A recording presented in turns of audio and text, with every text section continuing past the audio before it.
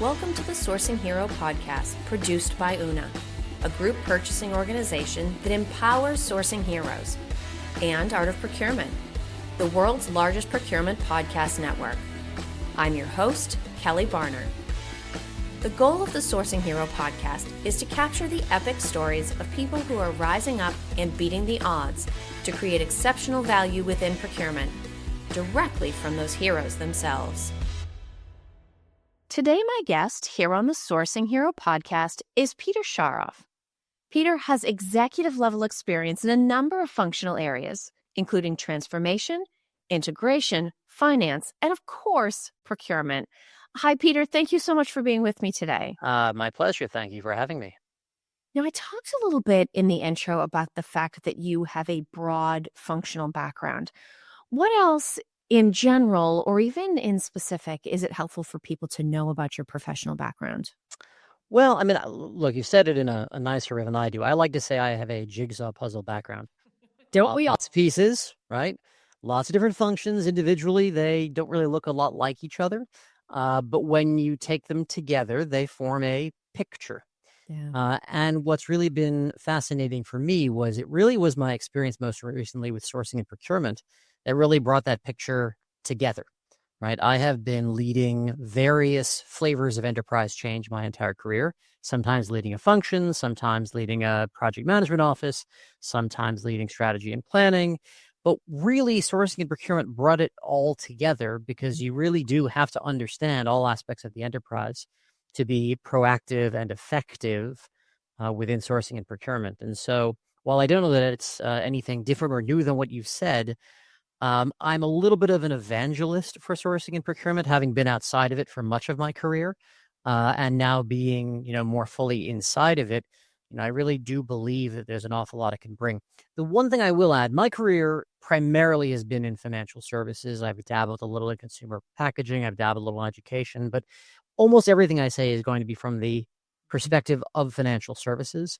And I think that matters quite a bit because financial services and insurance in particular is behind where many other industries are and is looking to catch up. But, there's certainly for anyone involved in it, there's certainly still that struggle to be seen as more than an order-taking organization. Lots of firms are making the turn, but I think it's a little behind the curve. Interesting. Well, and I also, to go back to your jigsaw puzzle analogy, I really like that way of putting it. I will be completely honest, I am terrible at jigsaw puzzles. Once I got past sort of the preschool level, it's two pieces that come together to make a cow. I was sort of lost. But, to state it back to sort of how I'm processing that, you could look at any one piece. It could be the side of a barn. It could be a sailboat. It could be absolutely anything. Once you have all those pieces together, it is amazing the different meaning that those details take on. And so, given that context, I'd be interested to know, you talk about being an evangelist for sourcing and procurement because you worked outside of it. How do you see procurement having looked at it from an outside-in perspective first? Well, again, understanding that I'm talking primarily from financial services, although, it has some validity in other places as well. I really view sourcing and procurement as a function whose time has come, right? Ready for prime time. But what it means is that it really needs to graduate from being what I would call a specialist function to being an enterprise function. And the difference I would draw is a specialist function has people who are incredibly knowledgeable within their specialty. And they certainly are capable of more than that, but ultimately that is really how they define themselves. Sourcing and procurement, however, and I'm sure we'll get to this in various other answers, is really at a place where it needs to wear the enterprise hat. And that really requires a different view than I think sometimes you find within sourcing and procurement functions. Having come into it from the outside, that was the area where I really felt, honestly, I could provide a lot of value to the folks who are on the team to really help connect what it is we do to the overall strategy and to making the lives of everybody in our organization just a little bit better. And ultimately, I think, honestly, most people, when you ask them why they do what they do, it's, yeah, they have to make the money. But if they really care about it, it's because they've made a difference. Yeah. And so I really do see the difference sourcing and procurement can make if it can get that sort of seat at the table, if you will. Now, when you think about that transition that procurement is working to make from a specialist to a broader, more enterprise focused function, do you think that's where our efforts and energy from a transformation standpoint should be focused? I know a lot of times when we talk about transformation, there's sort of that implied silent digital on the front end. But do you think it's a more comprehensive change journey that we need to take? Yeah. So, I mean, transformation means a lot of things to a lot of different people, right? It's a buzzword. When I talk about transformation, I am talking about truly that, right? Everything about the entity is potentially changing the process, the technology, people's roles, the operating model, and how they interact, and so on, right? It is the cocoon out of which the butterfly comes, right? So for me, transformation equals opportunity for groups like sourcing and procurement. And there's another phrase I'm going to put in there, and I'll explain why at the end. And it's the phrase elasticity. And I want to hit upon both. Transformation is a huge opportunity for groups like sourcing and procurement because it gives the opportunity to really lead a portion of that transformation. Right? When things are changing, everything is changing all around, and sourcing and procurement can easily be relegated to an order taker. Right. So transformations usually are structured with multiple work streams, and each of those work streams then calls upon procurement when something is needed. That's not the best way to do it. In fact, when I was running the integration of two companies, I put sourcing and procurement within the transformation office because there's an opportunity to lead that transformation, to show up at the doorstep and say, hey, have you thought about? And given how many things sourcing and procurement touches, from human capital to technology and outsourcing to the risk and resilience and regulatory interactions, that is a huge opportunity to really demonstrate that sourcing and procurement is there as an enterprise function. But true transformations don't come along that often.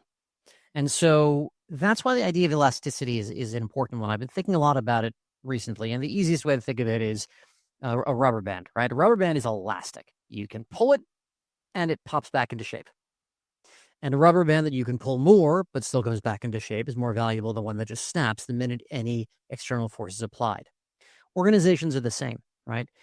Right now in our business community, risk, the volatility of the outcomes is at an all-time high, whether it's geopolitical risk, cyber risk, national risk, financial risk, it's at an all-time high. And so while transformations don't come about all that often, the opportunity to respond to crises comes up all the time. And sourcing and procurement can play an incredible role in improving the elasticity of the organization with variable resources, with contracts that allow for different ways of engaging, and so on.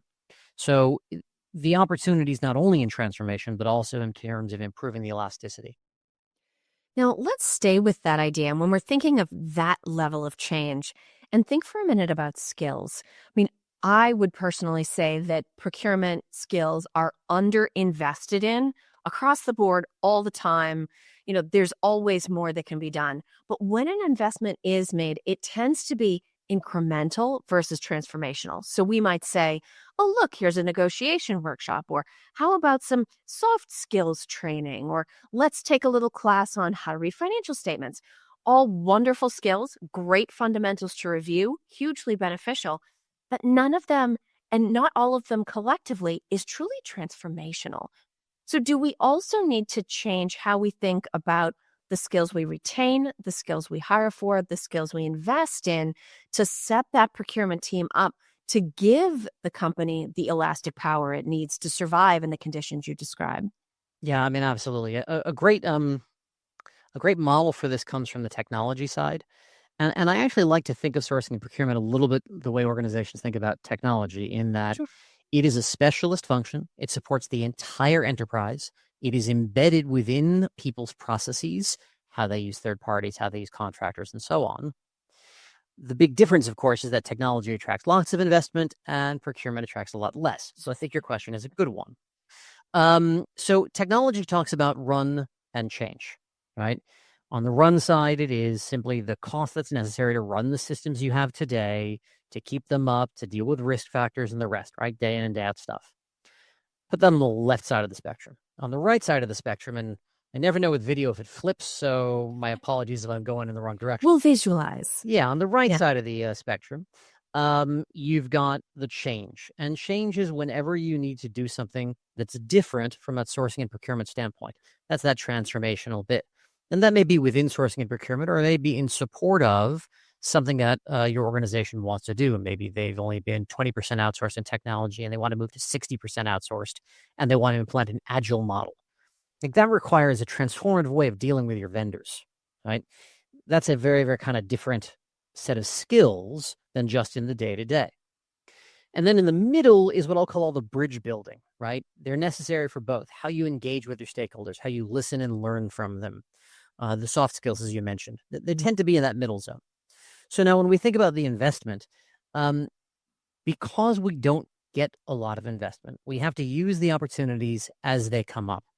And I'm a firm believer in the just one school of talent development, right? You can't ask people to develop 3, 4, 5, 6 different talents at once. No. Pick one, work on it. And sometimes that's a class, but it also requires moving people within your organization and getting them the opportunities to try those new talents out. And so clearly we have to start on the left side, right? It's price of entry to get run right. You have to have contract negotiation capability, contract drafting capability. You've got to make sure you understand the P2P system and the process and so on, right? You have to have all that. Then the way I've always thought of it is you look at your team and those people who are more likely to be involved in change, you have to hire those skills in. And it may be that you hire in people who have great project management skills, but actually need to learn some of the key things about sourcing and procurement. The bright side is you've got all the people doing run who can teach them already. Similarly, you may find that you have an opportunity to bring in someone who is more analytical by nature. Great. Bring them in and have the rest of the team learn from them. Because there isn't that opportunity to learn in what you would call transformation. It really is BAU development that we have to engage in. And that takes more time. If you're lucky, and I have been lucky, when you are doing your work, there is a bigger program at play and you can attract a few more investment dollars. But even that won't cover it. The other thing I'll say is you have to look for areas of efficiency. I've in my prior life built out continuous improvement teams. The team has to be looking for the opportunities to do less of things that don't add value. I find it amazing. So many people, and I've fallen into this trap myself. You go to work and you just keep doing yesterday what you did, keep doing tomorrow what you did yesterday. Why? Because that's the way we do it here. But frequently you'll find that because of things changing over time, 10, 20, 30% of your work may not be as important now as it used to be. That report you used to send around, maybe is not needed anymore. That stakeholder needed lots of time and attention. Well, maybe you know them well enough, you can ratchet it back. You have to find those little opportunities to claw back 5, 10% here and there. And that's really your only way to sort of finance the additional learning. Does that get to your question? I think it does. And it's interesting because it actually starts to lead into one of the other areas that I want to explore with you, and it's the idea of the procurement experience. I think we end up encountering this in a number of ways. And the first one, you talked about we are going to do tomorrow what we were doing yesterday. Certainly that's not going to get you different results, but it's also not going to earn you different relationships. Yep. And so if procurement wants to change transformationally, right, staying with our premise, the nature of their relationships with the business, it can't just make it a little easier to use a system or find a contract or connect with a supplier. It needs to be a complete change, and they need to seek us out. How can procurement both create a space, create an inviting experience that tempts people to approach us to work on opportunities with them, and also gives them what they want while allowing us to stay true to certainly our focus on cost, efficiency, risk minimization, all of those things? How can we improve the attraction rate between procurement and the business? So I like to think of it this way. If someone invited you to go and spend a couple of hours sitting around problem solving with rocket scientists, you probably wouldn't enjoy it a huge amount. And that's even if you respect rocket scientists and believe they know a huge amount more and you really have a love of deep space. But you wouldn't necessarily enjoy it because they'd be speaking in a language you don't know. They would be discussing things that assume you know things you don't know at all, and they wouldn't want to slow down and explain it to you. And I think sometimes specialist functions have a habit of acting like the rocket scientists. We like to demonstrate how much we know. We like to demonstrate how hard it is to do what we do. And yet, that's not a very welcoming way to do it. No, it's And that's, by the way, if people already respect you. We also suffer from what I call the TV problem, right? People go out and they buy multi-thousand-dollar TVs. And if they can do that, they can certainly bring aboard a contractor, or they can certainly bring aboard a marketing vendor, yeah. right? They buy stuff all the time. How hard can it be? And so I think sometimes there's also just a information barrier, so people can't understand that in fact there is a specialty here. And so they don't even respect it. So when we try to demonstrate how clever we are, it really falls on deaf ears. So since business is always made of human relationships, there's a couple of things you have to do. One is you have to create some love and respect for sourcing and procurement to begin with. And that starts with listening instead of talking, right? Getting out to your stakeholders, understanding their concerns, and figuring out for yourself, how can GSP help? You find the couple of ones who are sympathetic and you deliver value, and then you trumpet it. I think one of the things that I find is sourcing and procurement teams don't tend to want to trumpet what they do, or then I'd give them the soapbox. But with all the ways we have to communicate these days, you can find ways to trumpet it. And that way you can start to generate some positive goodwill in the organization. Once that's generated, then you got to meet them where they are, right? That is the speak in the language they understand. Don't try to mystify it for them, demystify it for them. And really, when you talk about creating a space, it's obviously not one place, but it's a space where not only do they welcome you in the meeting because they know you can bring value, but they welcome you in because you make it make sense. And ultimately, if you're making things make sense and you're delivering value, people will be asking for you to sit at the table. Is there a leap of faith associated with procurement making some changes and some investments to start to improve the experience, believing that that will in turn lead to opportunities for creating more savings, bringing more spend under management, lowering risks, any of the business forms of business outcome that we might be looking at? I mean, it does take time, it takes energy. We might have to move a little bit slower to build these bridges with the business. Are there specific ways we should be looking to either capture the ROI of that effort, or to your point about messaging, to start telling a story about how procurement is making this an integral part of how they work? Do we need to be a little bit more mindful at sort of the macro level if we're going to make some of these transformational changes? Absolutely. I mean, there's got to be a mindful strategy behind it. For me, there's a couple of things that I always think about and I've done with some success. One is you need to introduce, I guess there's three things. You need to introduce a language that people understand. And so an example is this. At a prior company, when I was trying to get them to understand why not involving sourcing and procurement early enough would in fact cost them more money. To your point, sometimes you have to go slow to get better value and go fast. I introduced the idea of the convenience fee. And I talked about how using an ATM that's right near you, you can get your money faster, but you're going to pay more to get it. And that's fine if you can do it. But if you've got a tight budget, if you want to spend more on something else, then you want to avoid that convenience fee. And we estimated roughly what it was. And so there's just really two or three terms that one chooses and you use over and over and over and over again, because nobody's going to learn more than that.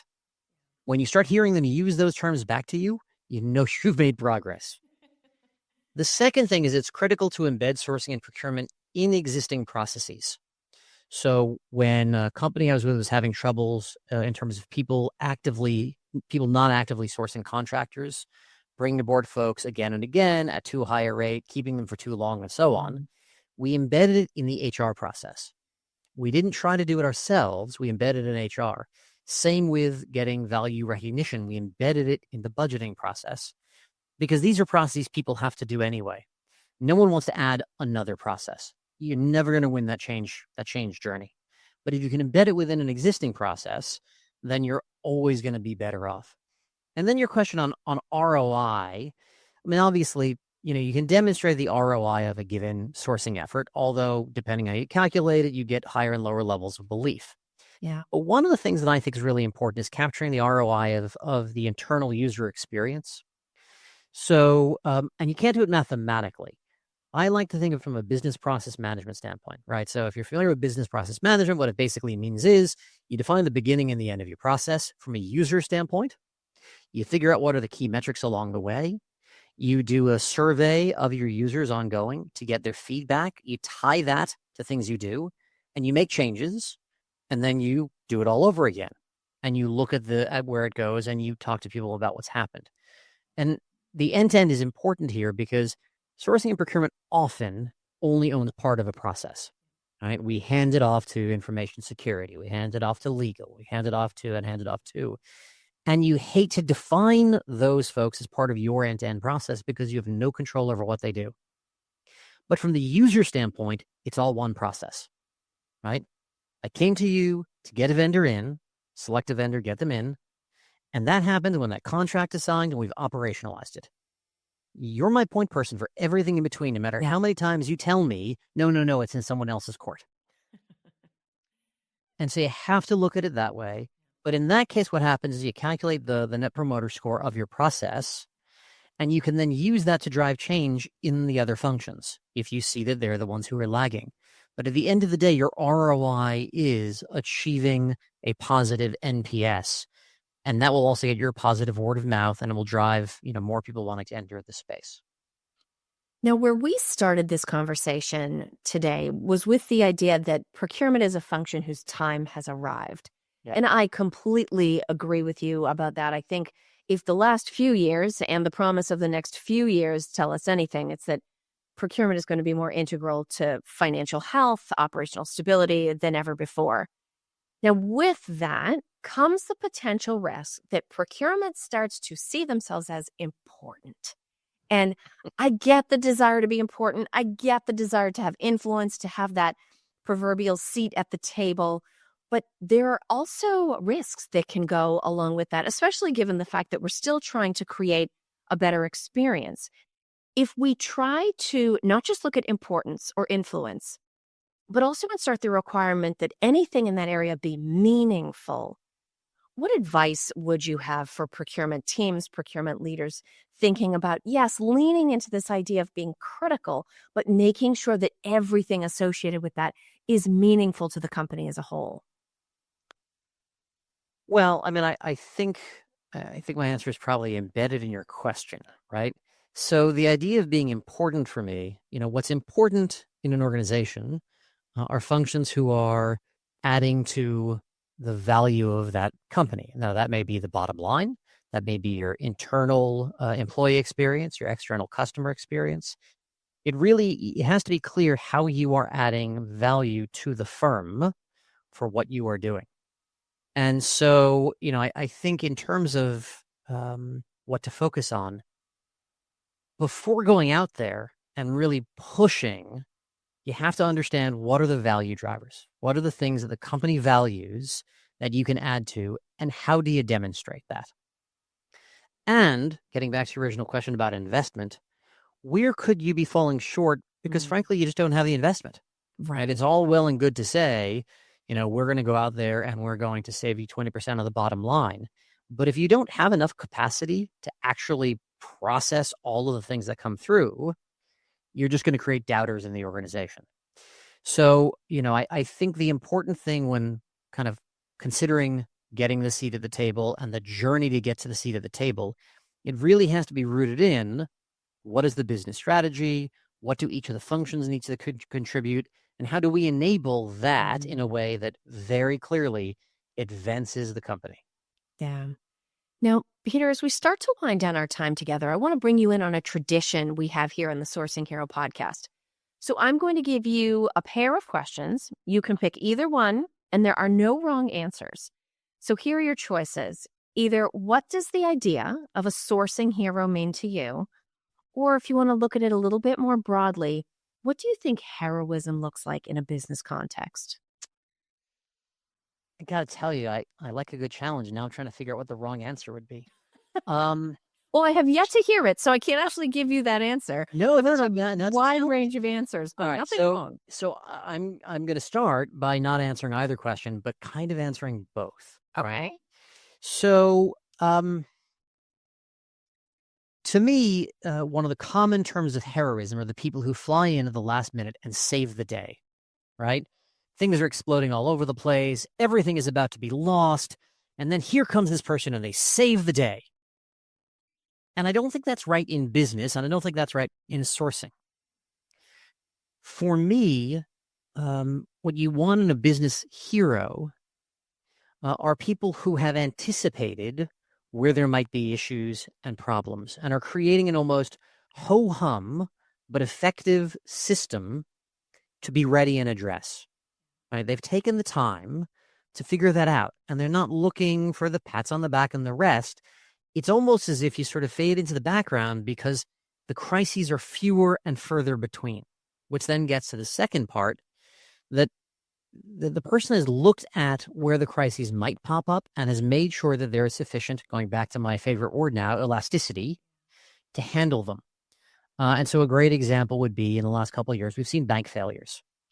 That's right. And, for some firms, if you were not monitoring the health of your counterparties, if you're not thinking about what happens if the bank of one of your key vendors goes down or otherwise, you might have a crisis on your hand and you then have to answer to the board. But if you have the right risk management within the life of the contract in place, if you're looking through to your fourth party vendors, then you can anticipate those things and really get ahead of the problem. And yeah, there will be a crisis. And yeah, people are going to have to scramble around, but you'll be ready to scramble. You will have those, resiliency plans in place. So for me, it's kind of the same answer for both, right? Yeah. The best hero is the one who helps avoid the crisis altogether. Well, Peter, I'm very sorry to inform you, you have not found the wrong answer. Trying so hard. Better luck next time. All right, I'll think on it. And I appreciate you being here with me today. If people listening in are sort of meeting you for the first time through this conversation, what would be a good way for them to reach out to you and connect? Best way is just looking me up on LinkedIn. I have the advantage of having one of the rarer names in the world. So if you look up Peter Sharoff, the chances of you getting someone other than me is really, really tiny. So that's probably the best way to connect with me. Excellent. Well, Peter, thank you so much for being with me. Thank you for listening to this episode of the Sourcing Hero podcast. Join us again next time for more true stories of sourcing and business heroism performed by your colleagues and peers. Look for the Sourcing Hero wherever you get your podcasts, and don't forget to subscribe. Finally, don't forget, sourcing heroism is taking place all around us every day. Keep your eyes open and you're bound to see it. Until next time, I'm your host, Kelly Barner. Stay well and always remember that you can be a hero too.